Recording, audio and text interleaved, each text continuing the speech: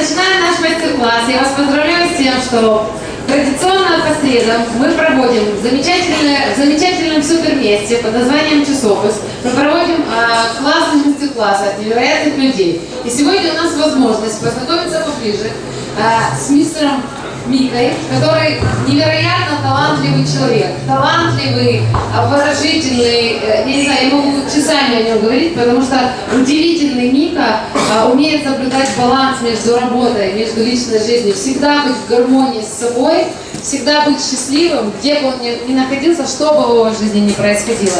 И удивительно это потому, что он серийный предприниматель, застартапил очень много бизнесов с одной стороны, он инвестор с другой стороны, с третьей стороны, он ментор и поддерживает и находит всегда нужные слова, нужные рекомендации, нужные советы для большинства стартапов. И сегодня у нас замечательная возможность, парни, Саша говорит один. Сегодня у нас замечательная возможность взять мастер-класс от Мики по поводу того, каким образом быть успешным SEO, каким образом строить вашу команду и каким образом быть в гармонии с собой. Я считаю, это фантастическая возможность, поэтому давайте этой возможностью воспользуемся, поприветствуем нашего Мику и послушаем, что он нам скажет.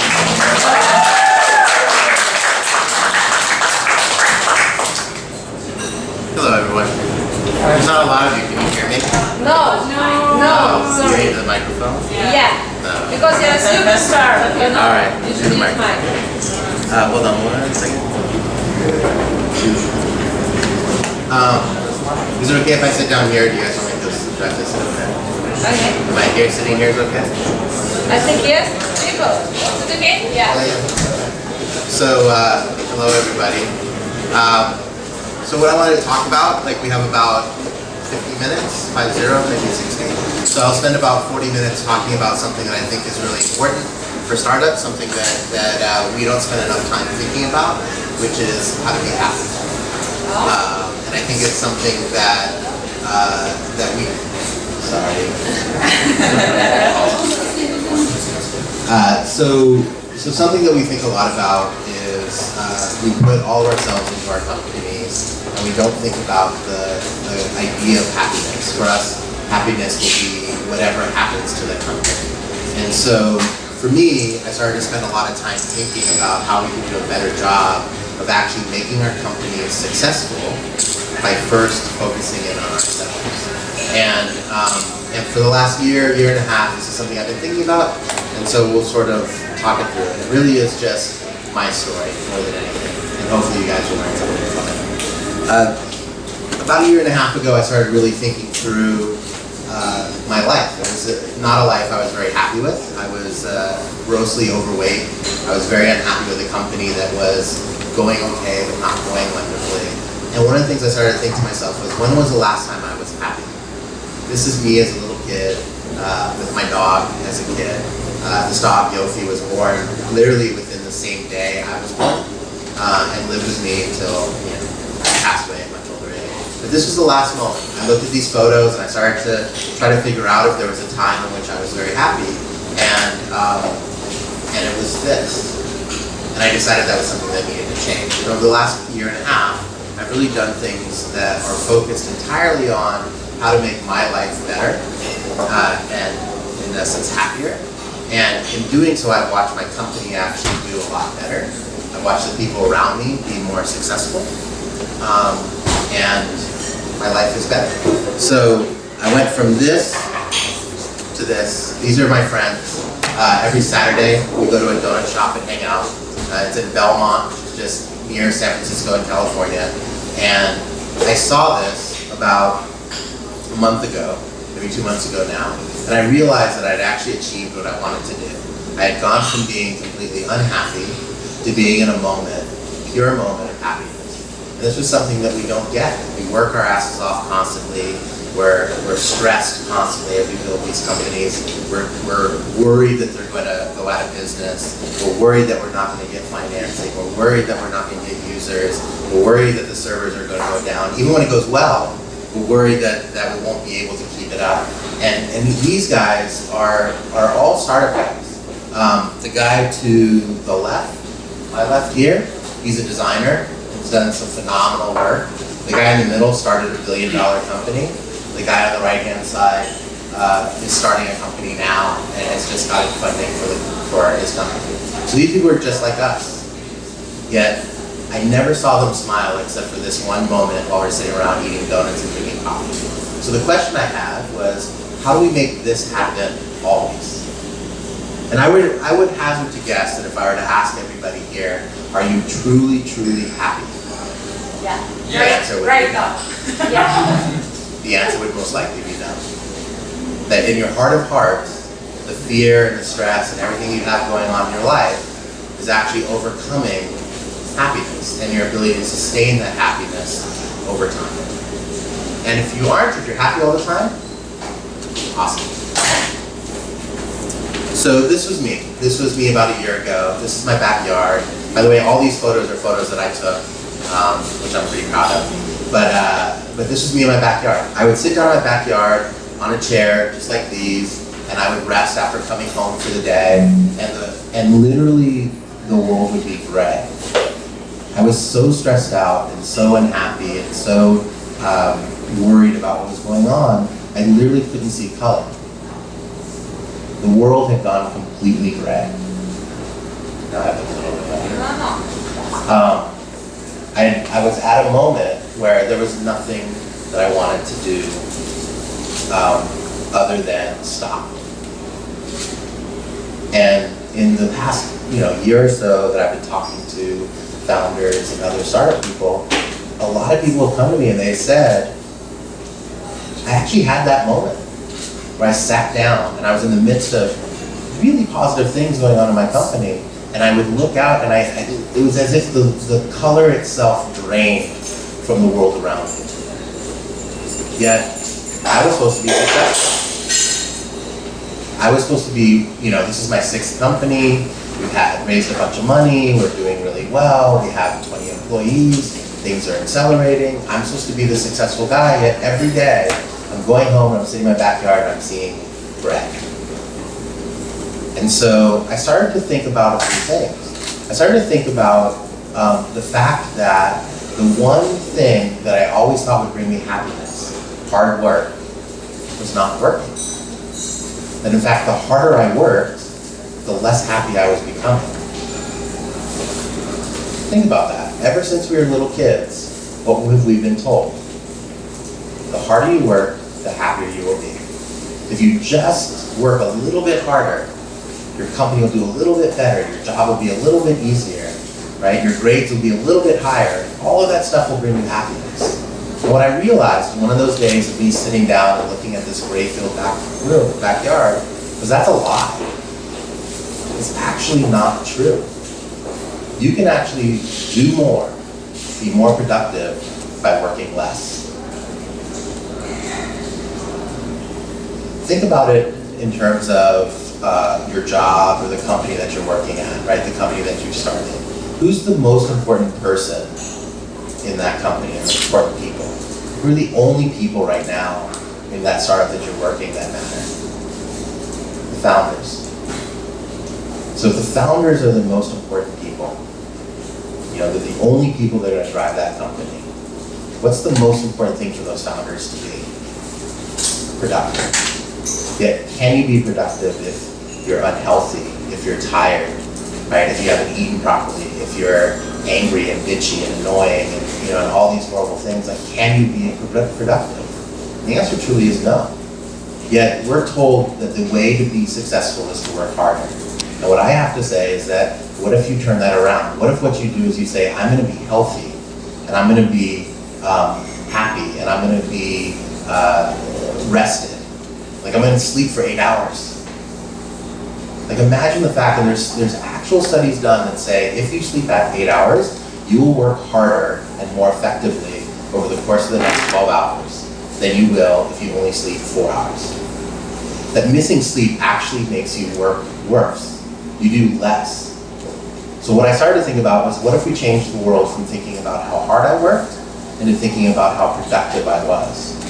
What if I took, rather than thinking about my effort, I started to think about my achievement? And so I started to do little things. I started to do things like put down every day what I wanted to accomplish. I put down 4 goals. And I drew a quadrant, 4 boxes, and they were personal, professional, psychological, and physical. So a personal goal would be, I want to, go to the park with my dogs. Professional goal would be, I want to send out 1 email to this one person. Psychological would be things that specifically make me happy. I'm gonna call my mom because she's annoying me that I can call her. And physical would be, I'm gonna walk around the block. 4 things, really simple. Combined time of all 4, 6 minutes. And I would just do that every day. 4 goals, that was it. And I started to say, if I do all 4, good day. And as soon as I get all 4 done, I'm done. I'm gonna stop working. Because I've accomplished, my day has now been accomplished. And so I would do that, and I did that every single day. 4 goals every day. And I started to see that in between doing the goals, I started to be okay with working harder. And by harder, I mean more productively. I started to get more things done. Because I didn't grade myself on how well I did in each task. I only graded myself on, did I achieve those 4 goals? And my life started to get better. I started to do better. You could see the company doing better. People around me started to be happier. And I stopped being as drained. This is a painting I have, and I bought this painting because it reminded me of how my brain, like this is the way I think. This is what my brain was, right? It's crazy. The artist's name is Pat Jacob. So I set these 4 goals, and I started to worry about, and I started to realize that when I talked to my friends, and people would ask me how I was doing, I would tell them that I was crushing it. Right? This is the crushing it and killing it are very American things that we say that means that we're doing extremely well. Right? I'm just crushing it. I'm destroying everything. I'm doing really, really well. And I started to realize that when people were asking me how I was actually telling them how well the company was doing. I wasn't spending any time telling them actually how I was. And so I started to do a thing when people would ask me how I was to tell them. Right? Here are the things that I'm happy about. Here's the things that are doing well. Here's what there is about me. And what got really interesting was people started to tell me how they were doing. Imagine that. When's the last time when somebody asked you how you were doing that you did not tell them about how well your company was doing or how well your job was doing? Think about it. When was the last time when somebody said, how are you? You answered honestly.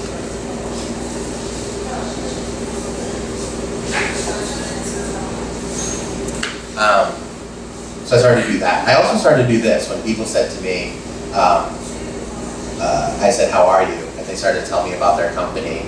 I actually would let them finish, and then I said, okay, but how are you? And I would force them to tell me. And it's a fantastic thing to see highly effective, smart, intelligent people stop for a moment and have to honestly think about how they are.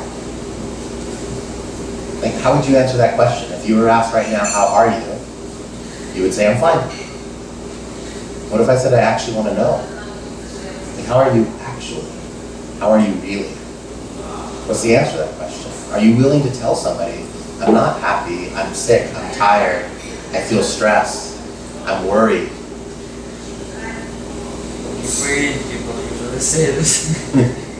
Are very honest? How honestly? Do they say, I'm fine, or do they say, like to They complain. like, yes. When you ask, you must be prepared to listen. Yes.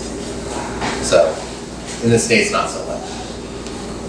So if you think about it, so what about the other side? How many times have you actually been honest with somebody about the positive things? That things are actually going really well. Often we don't because we're embarrassed, right? We don't want somebody else to feel bad about themselves, so we assume that we shouldn't tell them. So we make it easy. I'm fine, everything's okay. This is a picture of me that appeared in the Wall Street Journal. I was in the process at that time, I guess a year and a half or more ago, We had got some inbound interest on our company to sell it, and I was going through that process. And I was at a point where I just wanted to sell the company because I didn't want to be part of it anymore. Like, I was done. Like, I want to get rid of it. And I was on that treadmill, the treadmill desk. So there's a desk on the top of it, and I can type on the computer while I walk. It's an amazing thing. And I was on that treadmill desk. I went to play basketball with a friend of mine, and I had twisted my ankle pretty badly. And I came back to the treadmill desk, and I was walking on the treadmill desk. And for those of you that I've spent some time with, you know that I have a Nike Fuel Band, and I have a Fitbit, and I have a Jawbone, all these things that count your steps. And I was almost at my points. Like, I was almost at 3,000 points, wherever it was. And so here I was, I could barely walk, but I decided I was going to get on the treadmill desk, and I was going to walk until I got to 3,000 points, because that's all I cared about.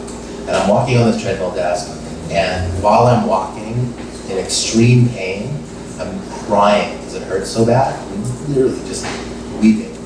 And I'm like, I'm going to get to this 3,000 points. And I thought to myself, this is really stupid. I mean, why am I trying to hurt probably going to hurt my ankle forever, simply because I want to get to 3,000 points, yet I'm willing to sell my company just because I'm tired of doing it. Like, something's wrong here.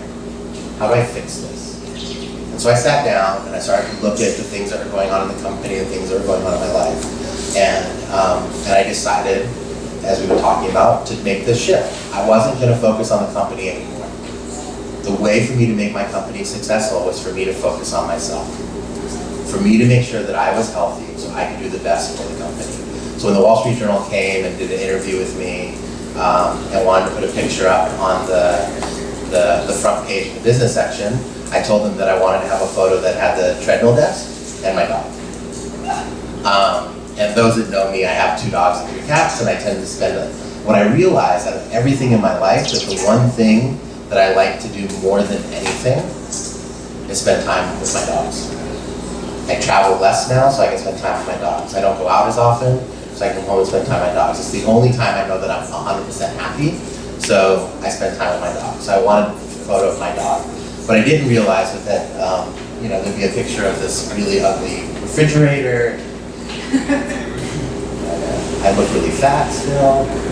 And the shirt might be slightly inappropriate for the Ukraine, because it's the Communist Party. They're all partying. I forgot about that.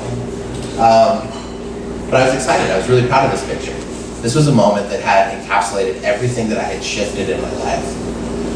We had decided not to sell the company. We decided to grow the company. And here I was on this treadmill desk where I had made a major decision. And there was a photo of my dog, Taylor, who's awesome. And I was happy to be on the Wall Street Journal, which is, I guess, a pretty big deal. And I had my new tattoo that I got in Toronto. So yeah, all the fun stuff. But that turning point was a pretty important one. And so one of the things I did was, this wasn't an overnight thing. It wasn't something that I just one day woke up and said, okay, I'm going to be happy. Here's how I'm going to be happy. I actually put together a plan, and I started to work through it. One of the things I did was this goals thing that I do every day. Right? One goal in each of 4 quadrants: personal, professional, psychological, physical. One of the things I learned was that actually doing exercise every day made me more successful. I worked harder every day. By harder, I mean more productively. That actually doing exercise didn't make me tired. It didn't make me hurt. It actually gave me energy, and I was more successful. So I try now to work out every morning. I do yoga, which is fun. Bikram yoga, if anyone's ever done it, is like in a hot room, 105 degrees. It's fun. If you guys ever get a chance, all the happy farmers should get together and go. And I started to realize a few other things. This is a tattoo. This is my last tattoo I got. It says, "Awesome is only skin deep." One of the things that we used to do, that happens a lot, at least in the startup space in the Bay Area, is people say, "How are you?" and you answer, "Awesome." And I had a friend of mine, Jody, who committed suicide a few months ago now, I guess 6 months ago. And he had a tattoo on his wrist that said, "I am awesome." So Jody had this tattoo on his arm wrist that said, "I am awesome." And for most people, they thought it was a joke and they laughed. And I realized that what it was that he was looking at it every day to remind himself that he was awesome and that, life was going to be okay. And finally he got to a point where life wasn't okay and he committed suicide.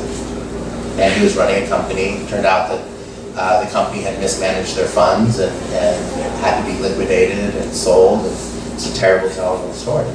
And so I got this tattoo in part thinking about Jody, but also this idea that the word awesome, which I actually use a lot, is only skin deep. It means it's not real, it's not to your core.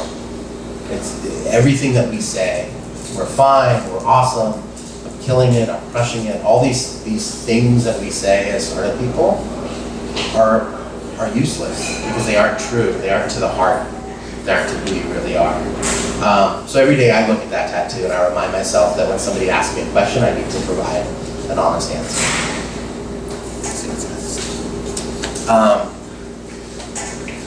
So these are the rules that I've set for myself, and these are the things that I've learned for me, that work for me, and I will, we can talk about them as we go through, and if they work for you, great.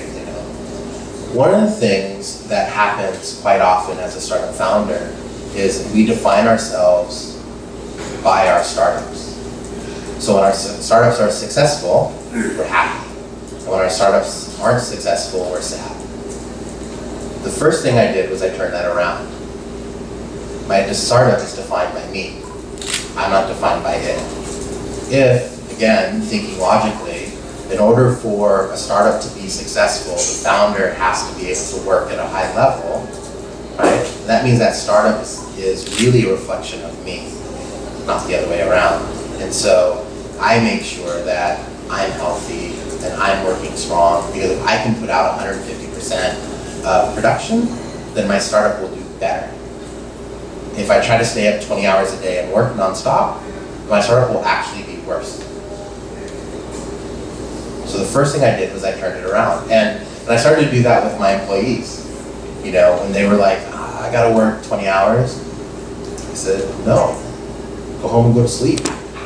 It's nuts. We changed the company around from being caring about what time somebody comes in, what time somebody leaves. We stopped caring about titles and all these things that were sort of the standard way to run a company. And what we decided is that instead, we would care only about production. We would care only about what you did. And we created a single rule. Tell me what you're going to do and then do it. And if you don't, you get fired. And that's how we run our company. So every day, and sometimes multiple times during the day, I ask somebody, what are you going to do? They tell me, I'm going to do this by this date, and I go, great. And then on that date, we go, was it done? Yes or no? And if it's no, we go, this is bad. I'll give you a chance. I'm nice, so I give people a chance. And if twice in a row it happens, if they miss their date, they're done. They're fired. It's really simple. Tell me what you're going to do and then do it. I don't care if it takes you working 20 hours a day. I don't care if it takes you working 1 hour a day. I don't care what it is. But just tell me what you're going to do and get it done. Imagine how important it is that we now look at our employees and say, you're an adult, you're smart, I trust you, you're awesome, just tell me what you're going to do and get it done.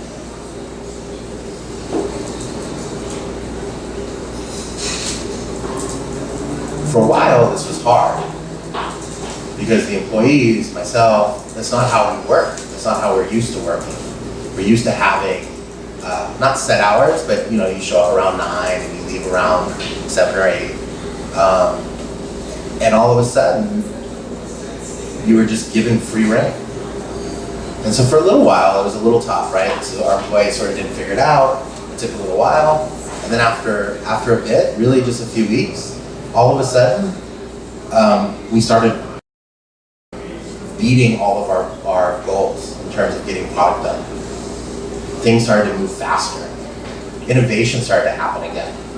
People started to come up with really unique and interesting ideas on their own time. People got excited.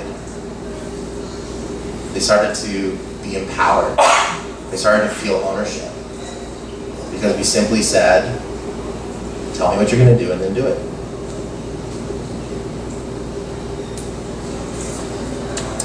So this is the biggest thing I learned, and this is the biggest concept that I put forth around the idea of happiness, which is something that we're taught not to be. We're taught not to be selfish. But in a world where, in order to be successful, in order to drive more productivity, you have to put yourself in front of your startup. You have to be selfish. And by being selfish, it means caring about yourself. The word sometimes is, thought of negatively, but truthfully, it just means caring about yourself.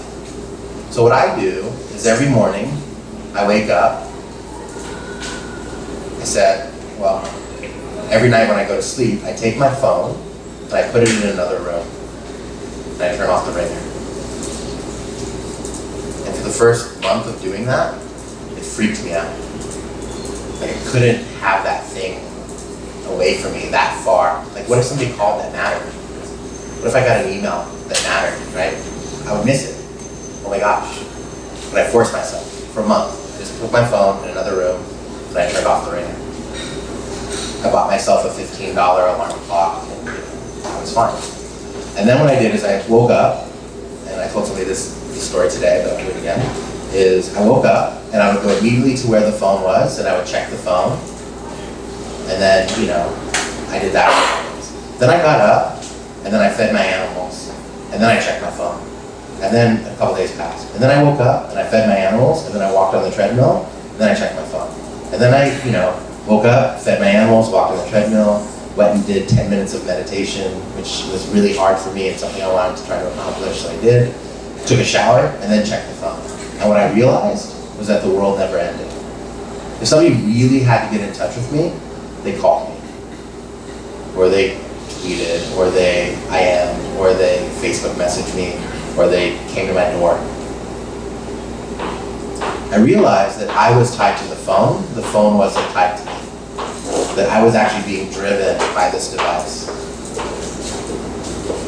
And so now, I put my phone away all the time. I probably look at it 2 or 3 times during the day. And now what I do is every morning, I wake up, feed my dogs, walk on the treadmill. Sometimes I watch TV. Like I probably go about an hour and a half before I can look at my phone. And everything was fine. The other thing I started to do was I started to give myself the one thing that every entrepreneur wishes they had more of: time. So now every morning I set 2 alarms, 7 a.m. and 7:30, although now it's 6 and 6:30. And I always sleep through the first one. The first thing I do every morning is I give myself 30 minutes. And sometimes I decide to sleep for that 30 minutes. Sometimes I decide to read for that 30 minutes. Whatever I want. But for 30 minutes, it's 100% for me. Nobody else, but for me. So 7 a.m., alarm goes off, turn it off, and then 7:30 I get out of bed. And I go feed my dogs and get on the treadmill and do the rest. And by 8:30, 9 o'clock, I check the phone. And now often I'm doing yoga at 7 a.m., which means I don't even get to my phone until 9:30-ish or so. So imagine that. Imagine somebody who, is mentoring 10 companies, advising 10 companies, running a company, sits on some boards, like blah, blah, blah, blah, right? Pretty busy guy, not looking at his phone for close to 3 hours every morning. Who would have thought that was ever possible? And while all that was occurring, I was more successful. The company was doing better, revenue was doubling, everything was doing well. So be selfish. And I actually challenge each person to do that. Take your phone and put it in another room tonight. Turn off the ringer and then go to sleep. Don't use it as an alarm. On the way out, go to the drugstore and buy a $10 phone, $10 alarm clock if you need it. Just try it. It's an amazing feeling to know that you break that connection between you and your phone. This device that means so much. That's my 30 minutes. Gift yourself. And that 30 minutes, by the way, should be 100% about you. Think about it. When you wake up in the morning, if the first thing you do is reach for your phone, the first thing you're doing is you're doing something for somebody else. You're putting yourself into a mental mind state of always working for somebody else. If the first thing you do in the morning is for you, then you put yourself in a mental mind state of that I'm going to actually care for myself today. For those that have ever lost weight, a good trick to losing weight is that if you eat within the first 30 minutes of waking up, you actually lose weight. Your body isn't as hungry throughout the day because your body needs to know that it's going to get fed. And if your body knows it's going to get fed, you actually burn more calories. You don't crave sugar as much. So why not your brain and your soul, right? Same thing. In the first 30 minutes, you do something for yourself, 100% selfish. Your brain and your soul knows that you're going to take care of it throughout the day. And you actually relax. You feel your shoulders drop. Your face is not as scrunched up. You're more relaxed. It's an amazing feeling. It's also my dog, Taylor. Fail purposefully. One of the things that's really tough as a founder is the idea of failure. Right? We don't want to fail. We work really, really hard to not fail. And failure is really something that, while you hear that it's okay, you hate to experience it. Failure should be something that happens to somebody else. The truth is that failure happens to all of us in some way, shape, or form. And for most of us, it's our fault. And that's why it hurts so bad.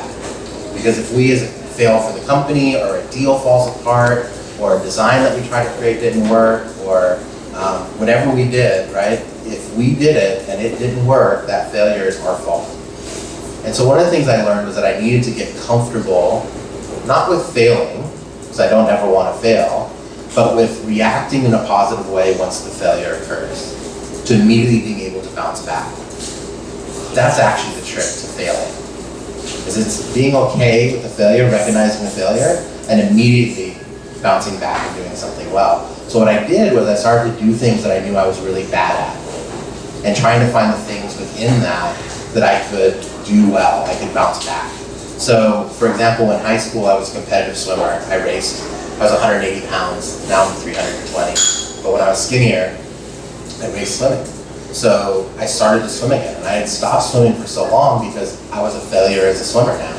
I didn't swim as fast, my stroke wasn't good, like the rest of it. So I started to swim again, and I started to look at little things within it while I was swimming that I started to enjoy. Like my arm swam properly, or I kicked right, or I just was a little bit faster.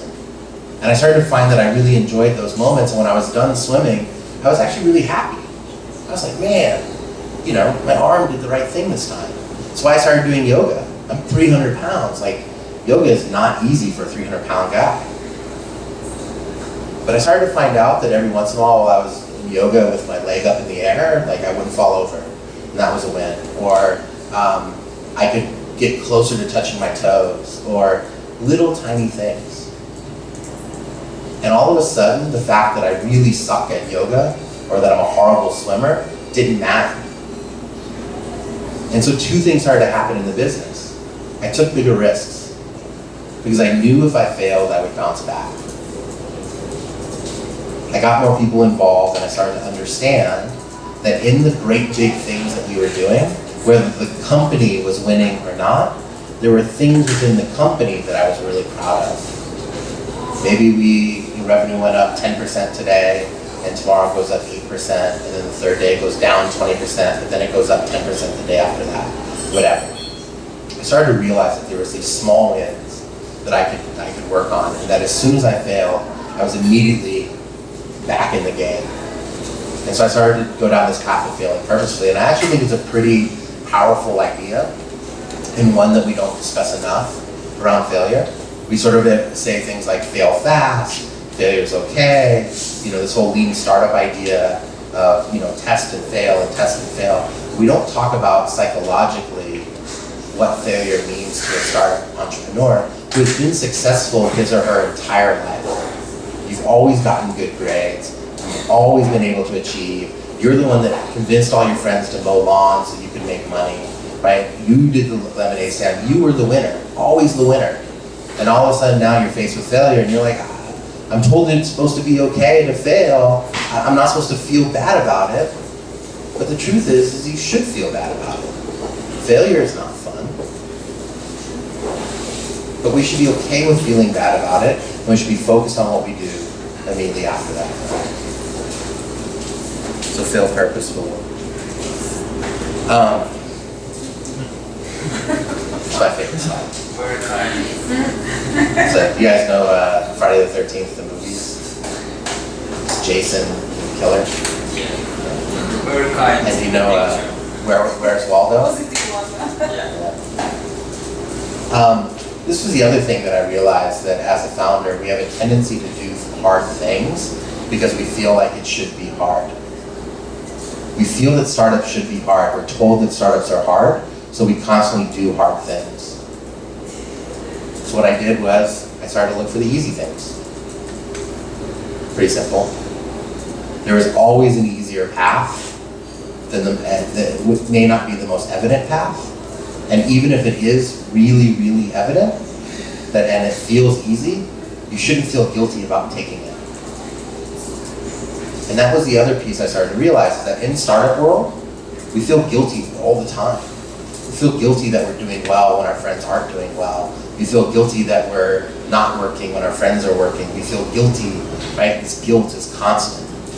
And so the biggest thing I realized was, I need to stop feeling guilty. I need to stop feeling guilty about missing a conference or sitting here listening to me when I could be at home, working. Like I just realized that the guilt was stopping me from finding the easy stuff. And so I stopped being guilty. And it wasn't easy, it took a little while. But I just stopped. It was okay if things were easy. In fact, sometimes when things are easy, it means that things are going well. It doesn't have to be hard all the time. And sometimes easy means sitting outside with a cup of coffee and watching the birds fly by. Because that's the right thing to do at that moment. And you shouldn't feel guilty about that. You should be able to find easy. That's my cat. He sleeps inside of a sushi bowl on top of some cabinets. This is the hardest one for me. Join life. Get out of your house. Go spend time with people. It's the hardest thing for me. Go have fun. It's okay. It's perfectly okay to close your computer and go see a movie. It's okay to have friends. It's okay to like something, dancing, and it's okay to do it. It's okay that I don't have meetings until 11 a.m. every morning because I want to go to yoga in the morning. It's okay. It's okay that I have a 3-hour lunch every month with a friend of mine. It's okay. And that's the hardest thing, among other hard things, for startup people to be okay with. It's okay to have fun. Go join life. Have a good time. Otherwise, why are you doing this? I mean, if you really want to be doing something that is hard and horrible, like pay me $50 and I'll come to your house and I'll punch you in the face every day. Right? And it's no need to sit there and not have fun. So that's the other thing I did. I forced myself to go out now. I do my donuts things on Saturdays. I go out to a bar with some friends. I go to lunches and dinners and things that I would never have gone to before. Again, because I always felt guilty about not working. And I'm introverted. Like I actually don't like people. I really don't. And I don't like to be around people. It's hard for me. Most people are stupid. So I try to avoid them.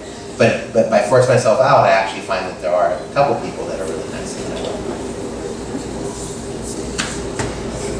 This is my friend Mark Hemian, who paints. And this is a painting of his. I have a different one. But his paintings always have the same 2 words on them: be happy. It turns out that it's actually that easy. Being happy isn't hard. We actually create a life that does everything possible to keep us from being happy.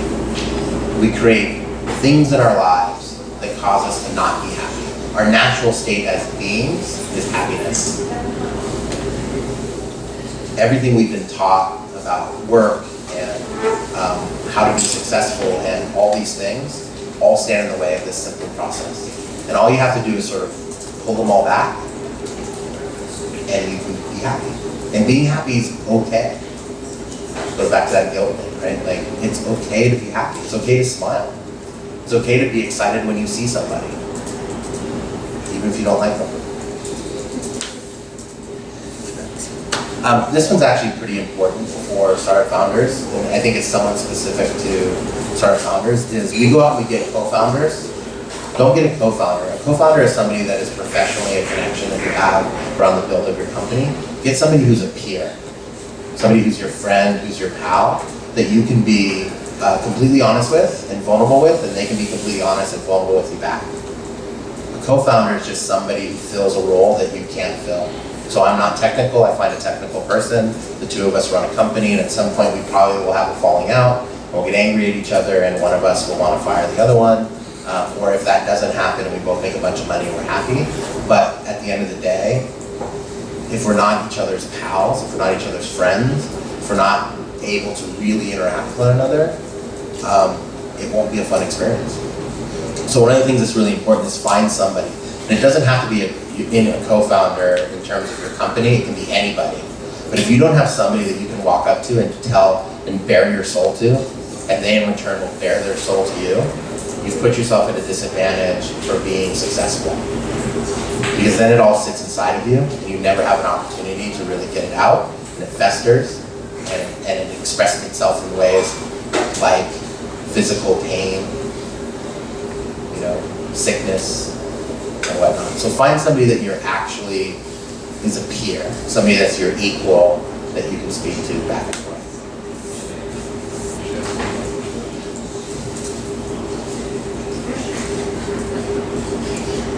So happiness isn't hard. Happiness is a simple process like everything else. The most important thing about being happy is learning how to pull back the few things that you've been taught, because they existed for workers from 300 years ago or 500 years ago. As a founder, as a startup person, as somebody who wants to start a company, there are pieces of that are fundamentally different than any other job in the entire world.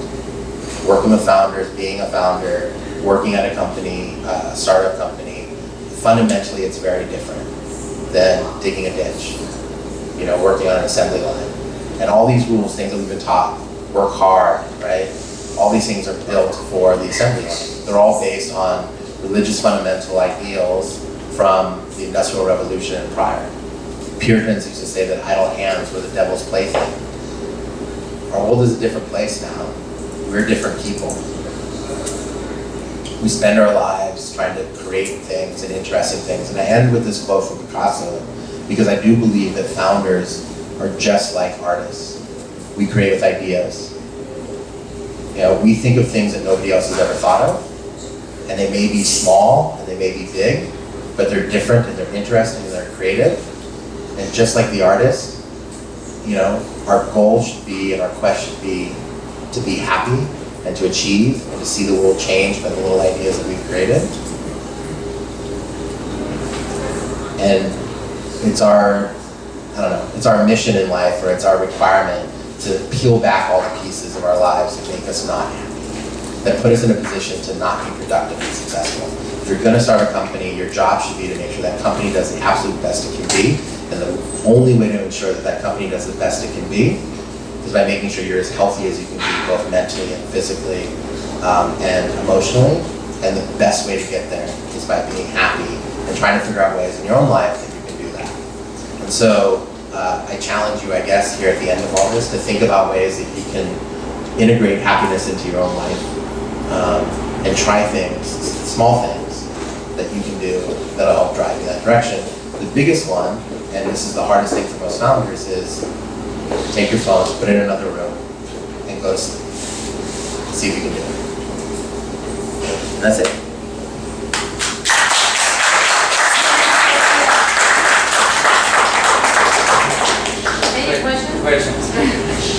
when you said about that in your company you decided to move from watching how when people come, when people go, and you just ask what do you want to do.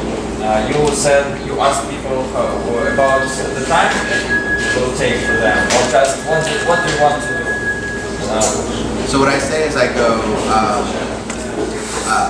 what are you going to accomplish? And when are you going to accomplish it? And what? So if you say, I'm going to write this piece of code by Thursday, that's okay.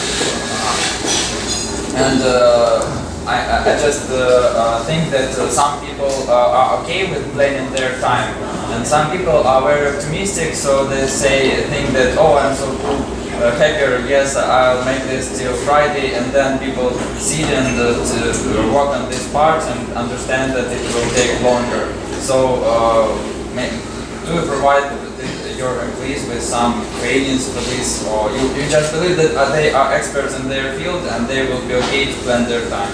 So yeah, we Maybe. definitely help them understand how to accomplish things. But remember the rule: say what you're going to do, get it done.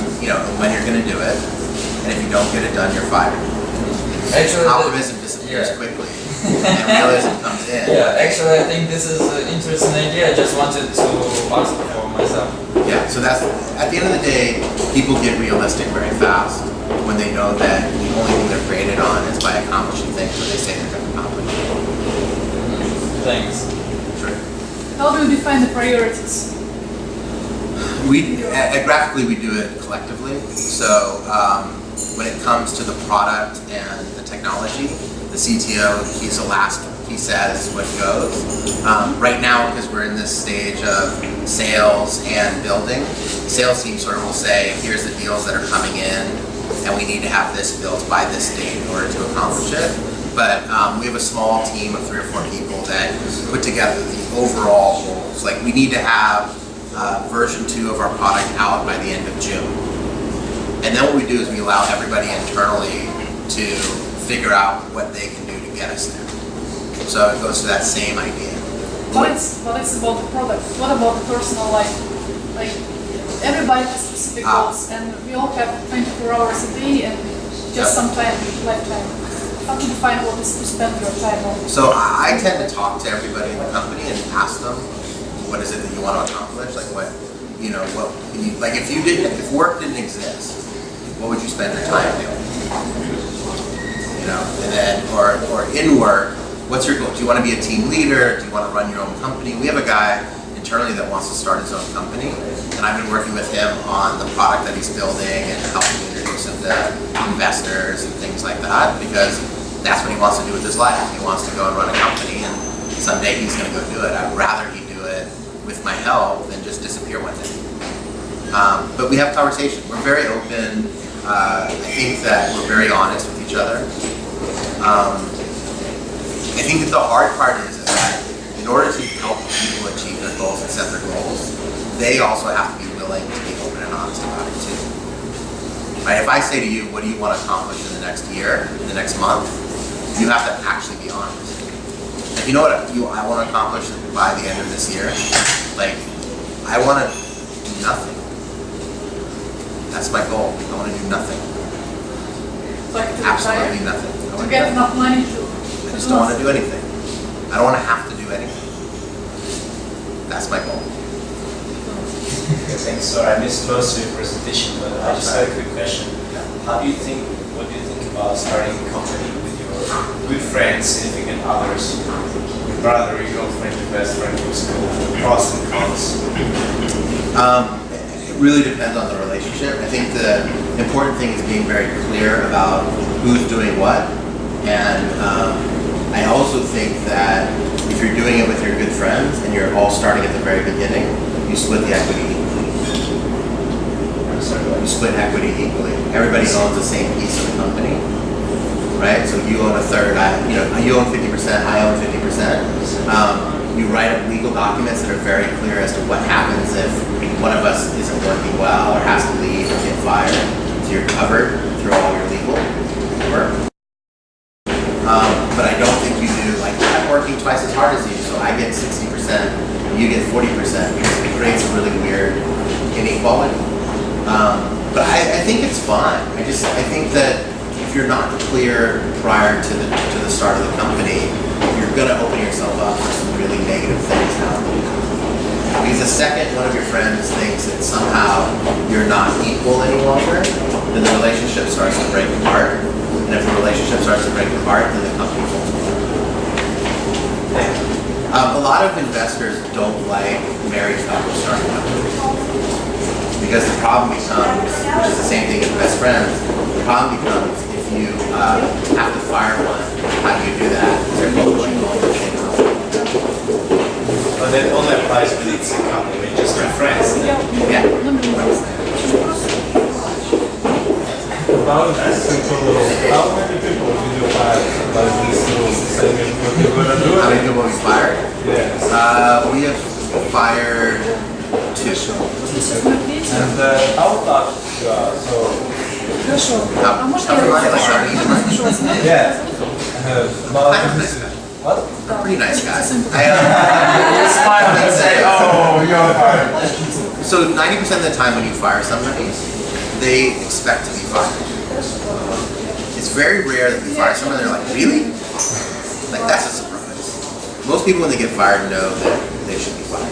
We have another rule. Our other rule is that when we hire somebody, we only hire awesome people, and they have 30 days to show off how awesome they are. Right? So, and the way that they show it off is at some point in that 30 days, their supervisor or I go, that's awesome. And we fired somebody on day 31, because after 30 days it was clear that he wasn't awesome.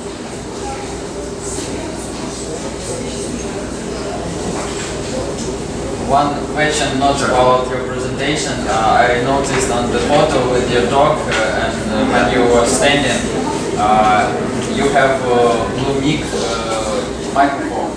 I've seen it because I have the same, but blue mic Yeti Pro. Yeah. Yeah, it's a good one. We're distributed. The company's virtual, so we have people in 6 different states. So we do a lot of Skype. So I have it for Skype. Thank you. Well, thank you, everybody. Appreciate the time. Thank you too for coming.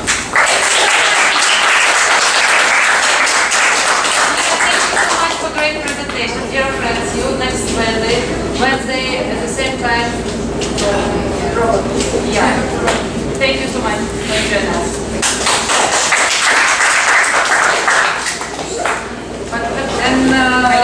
But probably. Maybe it will be Thursday. Okay. Guys, my proposal, can we make it for a bit